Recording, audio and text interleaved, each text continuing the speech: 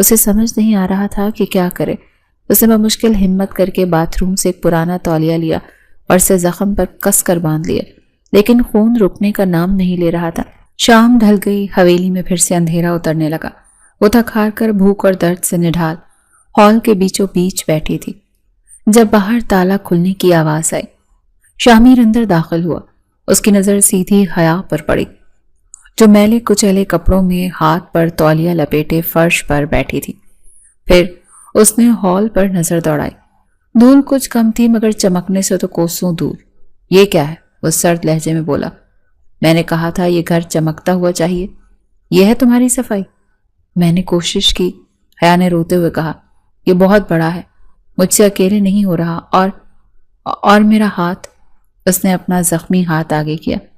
شامیر کی نظر ایک دم تولیے پر پڑی جو خون سے سرخ ہو چکا تھا۔ ایک سیکنڈ کے لیے، صرف ایک سیکنڈ کے لیے اس کے تاثرات بدلے۔ اس کی آنکھوں میں ایک انجانی سی تکلیف ابھری، لیکن اگلے ہی پل وہ دوبارہ پتھر کا ہو گیا۔ اس اسپتال کا وہ دن یاد آ گیا۔ کچھ ماہ پہلے اس کے پاؤں میں فریکچر ہوا تھا۔ عفنان شاہ سے ملنے آیا تھا، تبھی ایک نرس نے اس کی فائل دیکھ کر کہا تھا کہ اوہ، آپ ریحان خان زادہ کے بیٹے ہیں؟ شامیر کو حیرت ہوئی تھی کہ وہ اس کے باپ کو کیسے جانتی ہے۔ جی، شامیر نے کہا۔ نرس بولی، عفنان صاحب اور آپ کے والد اپنے ایکسیڈنٹ سے چند منٹ پہلے یہاں اسپتال کے کیفے میں تھے۔ شامیر چونکا تھا۔ یہاں؟ نرس نے کہا، ہاں، کسی بزنس پیپرز پر بہت اونچی آواز میں بحث کر رہے تھے۔ مجھے اچھی طرح یاد ہے، یہی وہ چنگاری تھی جس نے شامیر کے دل میں شک کا بیج بویا تھا۔ اس کے بعد اس نے تحقیق شروع کی اور جو کچھ سامنے آیا اس نے اسے اندر تک چلا کر راکھ کر دیا۔ اس نے جھٹکے سے ان یادوں کو دماغ سے نکالا۔ ہاتھ کٹ گیا تو مر نہیں گئی تم، اس نے بے رحمی سے کہا۔ میں کل سے بھوکی ہوں، وہ چیخی۔ آپ کو ذرا رحم نہیں آتا؟ شامیر کچن کی طرف بڑھا۔ حیا امید سے اس کے پیچھے کی کہ شاید اسے ترس آ گیا ہو۔ شامیر نے فریج کھولا جو اس نے آتے ہوئے شاید کچھ سامان سے بھر دیا تھا، اور اس میں سے ڈبل روٹی کا ایک پیکٹ اور پانی کی بوتل نکال کر میز پر پٹ گئی۔ کھا لو، اس نے کہا، اور شکریہ کرو، یہ بھی دے رہا ہوں۔ صرف ڈبل روٹی؟ صبح تک یہ کچن اور لاؤنج مکمل صاف چاہیے۔ اس نے حیا کی بات کو نظر انداز کرتے ہوئے حکم دیا، ورنہ کل یہ بھی نہیں ملے گا۔ وہ مڑا اور سیدھا سیڑھیاں چڑھنے لگا۔ آپ ایسے نہیں کر سکتے، حیا نے ہمت کر کے کہا۔ میرے باپا بے گناہ ہیں، آپ کے پاس کوئی ثبوت نہیں ہے، آپ صرف بدلہ لے رہے ہیں۔ شامیر سیڑھیوں پر رکا۔ وہ پلٹا اور اس کی آنکھوں میں دیکھ کر مسکرایا۔ ثبوت؟ اس نے ایک سیاہ سرد قہقہہ لگایا۔ بہت جلد ثبوت بھی تمہارے سامنے لا کر رکھ دوں گا، حیا عفنان شاہ، اور اس دن تم اپنے باپ کے نام سے بھی نفرت کرو گی۔ وہ شامیر کے قدموں کی آواز کو اندھیرے میں ڈوبتے ہوئے سنتی رہی۔ آنکھوں سے آنسو اب بھی جاری تھے، لیکن اب ان میں بے بسی سے زیادہ ضد تھی۔ وہ سوکھی بریڈ کے ٹکڑے کو دیکھتی رہی جو وہ میز پر پٹک گیا تھا۔ بھوک سے اس کی آنتیں قل ہو اللہ پڑ رہی تھیں۔ اس نے کانپتے ہاتھوں سے ٹکڑا اٹھایا اور اسے کھانے لگی۔ سوکھا نوالا اس کے حلق میں اٹک گیا تھا، لیکن وہ اسے پانی کے گھونٹ کے ساتھ نکل گئی۔ میں تمہیں جیتنے نہیں دوں گی شامیر خان، اس نے خود سے کہا۔ تمہیں میرے بابا کو بے گناہ ثابت کر کے دکھاؤں گی۔ اس نے اپنے زخمی ہاتھ کو دیکھا۔ خون اب بھی رس رہا تھا اور درد کی ٹیسیں دماغ تک جا رہی تھیں۔ وہ ہمت کر کے اٹھی اور گھر میں کسی فرسٹ ایڈ باکس کی تلاش شروع کی۔ ایک پرانی زنگالوت الماری کے نچلے خانے میں اسے ایک ڈبہ ملا۔ اس میں پرانی روئی، ایک اینٹی سیپٹک لوشن کی تقریباً خالی بوتل اور چند پٹیاں تھیں۔ اس نے بمشکل اپنے زخم کو صاف کرنے کی کوشش کی۔ لوشن لگتے ہی وہ درد سے چیخ پڑی، لیکن اس نے اپنے ہی منہ پر ہاتھ رکھ کر اپنی آواز کو دبا دیا۔ اس نے خود ہی پٹی باندھی، لیکن وہ اناڑی پن سے لپٹی تھی۔ پھر اس نے دوبارہ صفائی کا کام شروع کر دیا۔ وہ رو رہی تھی، سسک رہی تھی، لیکن اس کے ہاتھ مشین کی طرح چل رہے تھے۔ وہ جانتی تھی کہ اگر وہ رک گئی تو شامیر اسے زندہ نہیں چھوڑے گا۔ رات گہری ہوتی گئی۔ وہ لاؤنج کے فرش کو رگڑتے رگڑتے کب وہیں فرش پر گری اسے ہوش نہ رہا۔ اس کا جسم بخار سے تپ رہا تھا اور زخم میں شدید انفیکشن ہو گیا تھا، اور اس کا بازو سوج کر کپا ہو گیا تھا۔ دیر رات شامیر حویلی واپس لوٹا۔ اس کے ہاتھ میں ایک فائل تھی جسے وہ ایک قابل اعتماد آدمی سے لے کر آیا تھا۔ وہ ثبوتوں کو آخری بار دیکھنا چاہتا تھا۔ اس نے تالا کھولا اور اندر داخل ہوا۔ لاؤنج میں مکمل اندھیرا تھا۔ اسے غصہ آیا کہ حیا نے لائٹ تک نہیں جلائی۔ کہاں مر گئی؟ وہ غرایا۔ تبھی اس کی نظر فرش پر پڑی جہاں حیا بے سدھ پڑی تھی۔ ڈرامے مت کرو حیا، اس کی طرف بڑھا اٹھو۔ اس نے اسے جھنجھوڑنے کے لیے کاندھے پر ہاتھ رکھا، لیکن اس کا جسم آگ کی طرح تپ رہا تھا۔ حیا، وہ چونکا۔ اس نے جلدی سے لائٹ جلائی۔ حیا کا چہرہ بخار سے سرخ تھا، ہونٹ خشک اور پپڑائے ہوئے تھے۔ اس کے نظر حیا کے بازو پر پڑی جو بری طرح سے سوجا ہوا تھا اور پٹی کے کناروں سے پیپ رس رہی تھی۔ ایک لمحے کے لیے شامیر کا دل جیسے کسی نے مٹھی میں لے لیا ہو۔ نہیں، میں اسے مارنا نہیں چاہتا تھا، وہ بوکھلا گیا۔ اس کا سارا غصہ، سارا انتقام جیسے کافور ہو گیا۔ اسے حیا کا وہ بچپن کا معصوم چہرہ یاد آیا جب اسے لالا کہہ کر پکارتی تھی۔ لعنت ہو مجھ پر، اس نے خود سے کہا۔ اس نے ایک پل بھی ضائع کیے بغیر حیا کو اپنی باہوں میں اٹھایا۔ وہ پھول کی طرح ہلکی سی تھی۔ وہ اسے اس گرد آلود کمرے کے بجائے بھاگتا ہوا سیڑھیاں چڑھا اور اوپر اپنے کمرے میں لے آیا۔ اس نے اسے احتیاط سے اپنے بستر پر لٹایا۔ وہ بھاگ کر فرسٹ ایڈ لایا، وہ کٹ جو وہ اپنے لیے رکھتا تھا۔ اس نے جلدی سے اس کی پرانی پٹی کاٹی۔ زخم کا منظر خوفناک تھا۔ اس نے غصے اور تکلیف کے ملے جلے تاثرات کے ساتھ زخم کو صاف کیا۔ اسے نئی دوائی لگائی اور احتیاط سے نئی پٹی باندھی۔ اس کے ہاتھ کانپ رہے تھے۔ بابا، پانی، حیا نے بے ہوشی میں بڑبڑایا۔ شامیر نے سنا تو اس کا دل کٹ کر رہ گیا۔ وہ جلدی سے پانی لایا اور اس کا سر اٹھا کر اسے پانی پلانے کی کوشش کی۔ وہ نہیں آئیں گے تمہارے لیے، وہ خود کلامی کے انداز میں بولا، مگر اس کے لہجے میں اب وہ پہلے جیسی نفرت نہیں تھی۔ اس نے اسے بخار کی دوا دی اور پھر وہیں بستر کے پاس کرسی کھینچ کر بیٹھ گیا۔ وہ ساری رات اسے ہی دیکھتا رہا۔ اس کا دل اس کے دماغ سے جنگ کر رہا تھا۔ کیوں؟ اس نے سوچا، کیوں مجھے اس کی تکلیف دیکھ کر درد ہو رہا ہے؟ یہ تو اس مجرم کی بیٹی ہے، مجھے تو خوش ہونا چاہیے۔ صبح جب حیا کی آنکھ کھلی، ایک لمحے کے لیے اسے سمجھ نہ آیا کہ وہ کہاں ہے۔ چھت ناآشنا تھی۔ پھر سے اپنے جسم میں اٹھتے درد کا احساس ہوا، لیکن بخار ٹوٹ چکا تھا۔ اس نے اپنے ہاتھ کو دیکھا جس پر صاف پٹی بندھی تھی۔ تبھی اس کی نظر کرسی پر پڑی جہاں شامیر بے آرام سی حالت میں سو رہا تھا۔ اس کا سر ایک طرف ڈھلکا ہوا تھا اور چہرے پر انتقام کے بجائے ایک عجیب سی تھکن تھی۔ حیا کو یقین نہیں آیا، یہ وہی شخص تھا جس نے اسے کل سے بھوکا رکھا تھا۔ جیسے ہی حیا نے ہلنے کی کوشش کی، شامیر کی آنکھ کھل گئی۔ حیا کو جاگتا دیکھ کر اس کے چہرے پر فوراً وہی سرد مہری اور بے رخی لوٹ آئی۔ وہ تیزی سے اٹھ کر کھڑا ہوا۔ تم آپ نے میری مدد کی؟ حیا نے کمزور آواز میں پوچھا۔ غلط فہمی میں مت رہنا، شامیر نے کرخت لہجے میں کہا۔ ایک مردہ قیدی میرے کسی کام کا نہیں۔ میرا بدلہ بھی پورا نہیں ہوا، اور میرا بدلہ تبھی پورا ہوگا جب تمہارا باپ تمہیں ٹوٹی ہوئی حالت میں دیکھے گا، مرا ہوا نہیں۔ وہ دروازے کی طرف بڑھا۔ اب جب کہ تم مرنے سے بچ گئی ہو تو اٹھو، صفائی تم سے ہوتی نہیں، جا کر میرے لیے ناشتہ بناؤ۔ وہ کمرے سے باہر نکل گیا، لیکن اس بار اس نے دروازہ لاک نہیں کیا۔ حیا الجھن میں اس سے جاتا دیکھتی رہی۔ اس کے الفاظ زہر سے بھرے تھے، لیکن اس کی آنکھوں میں وہ نفرت نہیں تھی جو اس نے پہلے دن دیکھی تھی۔ حیا نے آنکھیں کھولی تو ایک لمحے کے لیے وہ خود کو پہچان نہ پائی۔ وہ ایک نرم بستر پر تھی، کمرہ صاف ستھرا اور اس کے ہاتھ پر صاف پٹی بندھی تھی، جس سے اب درد کے بجائے ہلکی سی ٹھنڈک کا احساس ہو رہا تھا۔ یہ وہ گرد آلود ٹوٹا ہوا کمرہ نہیں تھا جو اسے دیا گیا تھا، یہ شامیر کا کمرہ تھا۔ اسے رات کی دھندلی سی یادیں آنے لگیں۔ وہ بے ہوش ہو گئی تھی، پھر شامیر اسے اٹھا کر لایا تھا۔ اس نے اس کے زخم کو صاف کیا تھا، اسے دوا دی تھی، پھر وہ نفرت، وہ غصہ، وہ سب کیا تھا؟ وہ الجھن میں پڑ گئی۔ دروازہ لاک نہیں تھا۔ وہ ہمت کر کے بستر سے اتری۔ جسم ابھی بھی کمزور تھا، لیکن اب اس کا بخار اتر چکا تھا۔ وہ لنگڑاتی ہوئی کمرے سے باہر نکلی اور سیڑھیاں اتر کر نیچے کچن میں آئی۔ کچن ویسے ہی بکھرا پڑا تھا جیسے وہ چھوڑ کر بے ہوش ہوئی تھی۔ ناشتہ، اسے شامیر کا کل والا حکم یاد آیا۔ اس نے کمزوری کے باوجود فریج کھولا، انڈے نکالے اور بریڈ کا پیکٹ اٹھایا۔ اس کے ہاتھ کانپ رہے تھے۔ اس نے بمشکل چولہا جلایا اور ایک پین میں انڈا توڑ کر ڈالا۔ کیا کر رہی ہو؟ شامیر کی آواز پر وہ بری طرح اچھلی۔ انڈے کی زردی پین سے باہر گر گئی۔ اس کے پیچھے کھڑا اسے دیکھ رہا تھا۔ اس کے چہرے پر تاثرات پڑھنا ناممکن تھا۔ وہ ناشتہ آپ کے لیے؟ اس نے گھبرا کر کہا۔ میرے لیے؟ شامیر نے اس کے زخمی ہاتھ اور کانپتے وجود کو دیکھا۔ تم تو خود سیدھی کھڑی نہیں ہو پا رہی ہو۔ آپ نے کہا تو تھا، میں نے کہا تھا۔ اس نے بات کاٹی اور اس کے قریب آیا۔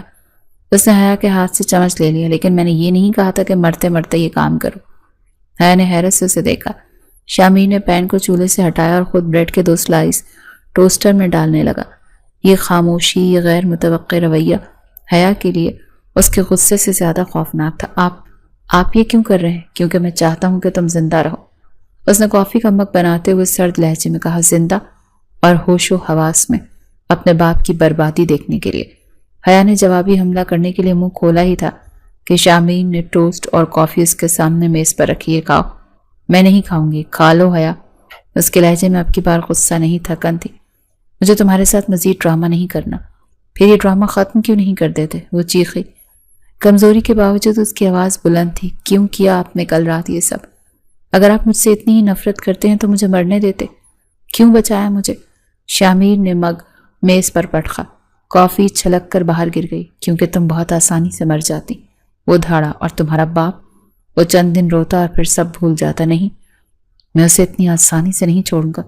میں چاہتا ہوں وہ تمہیں اس حال میں دیکھے، ٹوٹی ہوئی، بکھری ہوئی، میری غلامی کرتے ہوئے۔ میرے بابا بے گناہ ہے، وہ بھی چیخی۔ آپ کے پاس کوئی ثبوت نہیں، یہ سب آپ کا وہم ہے، آپ کا پاگل پن ہے۔ آپ نے ایک نیک انسان پر کسی کی جان لینے کا الزام لگایا ہے۔ پاگل پن؟ شامیر زہریلی ہنسی ہنسا۔ تمہیں یہ پاگل پن لگتا ہے؟ تم واقعی سمجھتی ہو کہ وہ ایک نیک انسان ہے؟ وہ ہیں؟ اچھا۔ شامیر نے ایک لمحے کے لیے آنکھیں بند کی، جیسے کوئی آخری فیصلہ کر رہا ہو۔ تو پھر آؤ، میں تمہیں تمہارے نیک باپ کی حقیقت دکھاتا ہوں۔ وہ مڑا اور ہال کی طرف بڑھا۔ آؤ میرے ساتھ حیا۔ حیا خوف اور تجسس کے ملے جلے تاثرات کے ساتھ اس کے پیچھے چلی۔ اسے سیڑھیاں چڑھا کر اوپر لے گیا، اپنے کمرے کے پاس سے گزر کر گیلری کے آخری سرے پر بنے ایک بند دروازے تک۔ اس نے جیب سے چابی نکال کر تالا کھولا۔ یہ ایک پرانی لائبریری یا اسٹڈی تھی، لیکن اس کی دیواریں کتابوں سے نہیں بلکہ تصویروں اور نقشوں، بینک سٹیٹمنٹس اور اخباروں کی کٹنگ سے بھری تھی۔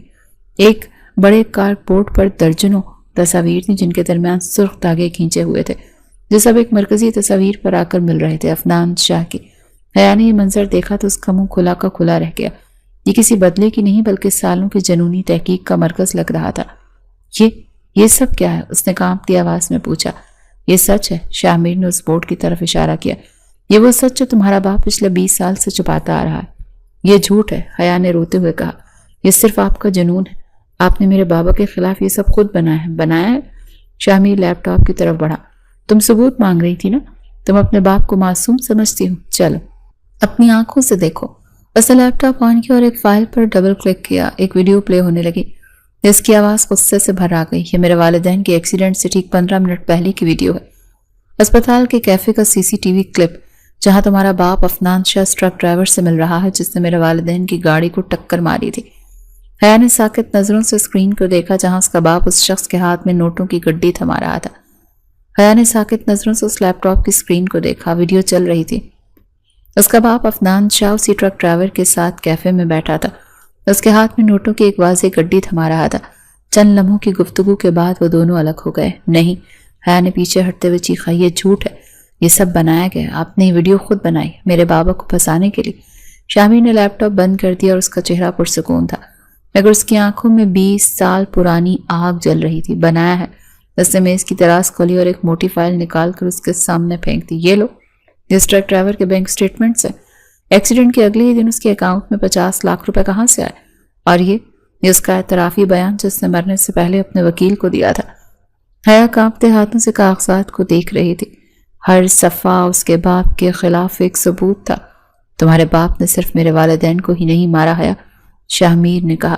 اس نے میرے بابا کے جعلی دستخط کر کے ان کی ساری جائیداد، ہمارا سارا بزنس، سب کچھ اپنے نام کر لیا۔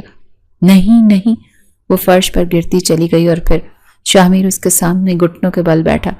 دنیا کو دکھانے کے لیے، اپنے گناہ پر پردہ ڈالنے کے لیے وہ مجھے اپنے گھر لے آیا، مجھے پالا پوسا تھا کہ لوگوں سے ایک فرشتہ سمجھے۔ وہ مجھے روز اپنے سامنے دیکھ کر اپنے ضمیر کا بوجھ ہلکا کرتا تھا۔ حیا نے آنسوؤں سے بھرے چہرے سے اسے دیکھا۔